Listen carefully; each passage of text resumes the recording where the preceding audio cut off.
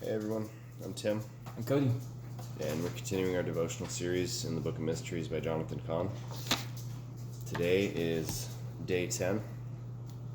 The Serpents Blood. Do you see it? Asked the teacher. Behind the rock, I replied. It was a snake, brown and black, and slithering in the desert sand. What do you know about snakes? He asked. I know to avoid them. Nothing more? Not much. What you should know is that snakes are cold-blooded. Why is that important? You're warm-blooded, and because you're warm-blooded, you could run and keep running.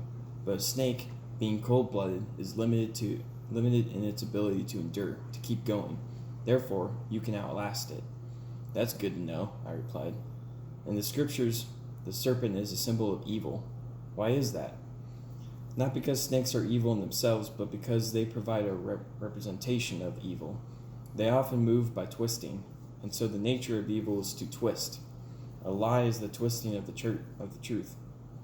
The impure is the twisting of the pure, and evil itself is the twisting of the good. So then if snakes are cold-blooded, then so in some way it's evil? Yes, said the teacher. Evil is cold-blooded. What that means is this: though evil may have its day, its victories, its time to move and strike, it remains cold-blooded. Therefore, it can never endure. No matter how powerful the evil may appear, no matter how triumphant and unstoppable it may seem, it cannot last. Deception is cold-blooded. Hatred is cold-blooded. Slander is cold-blooded. Oppression is cold-blooded. All evil is cold-blooded. And so the power of evil is only for the short term and the momentary. Its days are always numbered, and in the long run, it always fails. But the good is not cold-blooded, I said. Yes, he said. So, in the end, the good will always outlast the evil. Therefore, persevere in the good, keep going in what is pure, keep standing for what is right, and you will overcome and prevail in the end. The mission. In the face of whatever evil, trouble, attack, or sin you're dealing with, don't give in, don't give up, but press on in the good. Isaiah 54:17. No weapon that is fashioned against you shall succeed, and you shall refute every tongue that rises against you in judgment. This is the heritage of the servants of the Lord, and their vindication from me, declares the Lord. Matthew 24:13. But the one who endures to the end will be saved. John 1:5. The light shines in the darkness, and the darkness has not overcome it.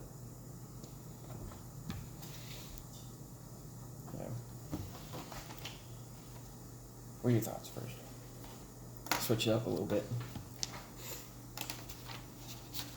Every single day we're presented with the opportunity to give in, to give up, to let us become overwhelmed.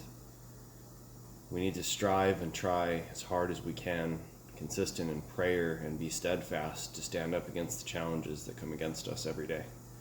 Whether it's work, family, outside of your friendship circle, coworkers, people on the road, people you encounter in the store, and current affairs of what's going on right now in the world, pandemics. We need to continue to have faith, determination, and stand. We will outpace this. We will outpace all troubles and problems, and we will overcome. It's a promise and a guarantee from the Lord. Yeah. Right now, our Friday night group is going through Revelation, and during the early churches, they had a lot of trials and tribulations. A lot of it was like the new Roman Empire that came up in the year 300 and beyond. It was run by Constantine, and he ruled with the flag of the cross. Basically, it became a huge monopoly of nations. The Christian church became a huge power, and through that power came corruption. And then all of a sudden it was cool to be a Christian. We've gone through all of this, and also the Jezebel spirit that started to demolish that church right there. The Jezebel spirit, one of the biggest things is deception. Started the the priest of Balak, his name was Balaam, he took all the beautiful pagan girls and had them seduce the rulers of the church back in those days. And the church started to break apart. Only the true people, the ones who were true to God's word, they're the ones who persevered. They're the ones who kept the church going. So, in the face of evil, we persevere. We just have to stay strong. One huge thing that I struggle with as far as just the walk of faith is deception. This inner, like, whatever you want to call it, the demon on your shoulder, your own thoughts, even just Satan. You can put in your head that this can't be the only way to heaven. It cannot.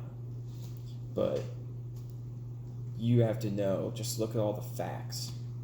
Don't listen to that live deception because there's no facts behind it whatsoever. It's just a thought. It's just doubt.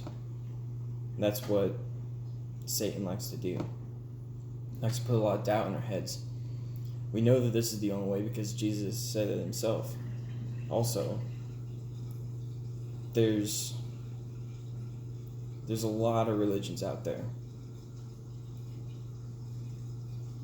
But there's one relationship that you can have with Jesus. One way to have that relationship with Jesus.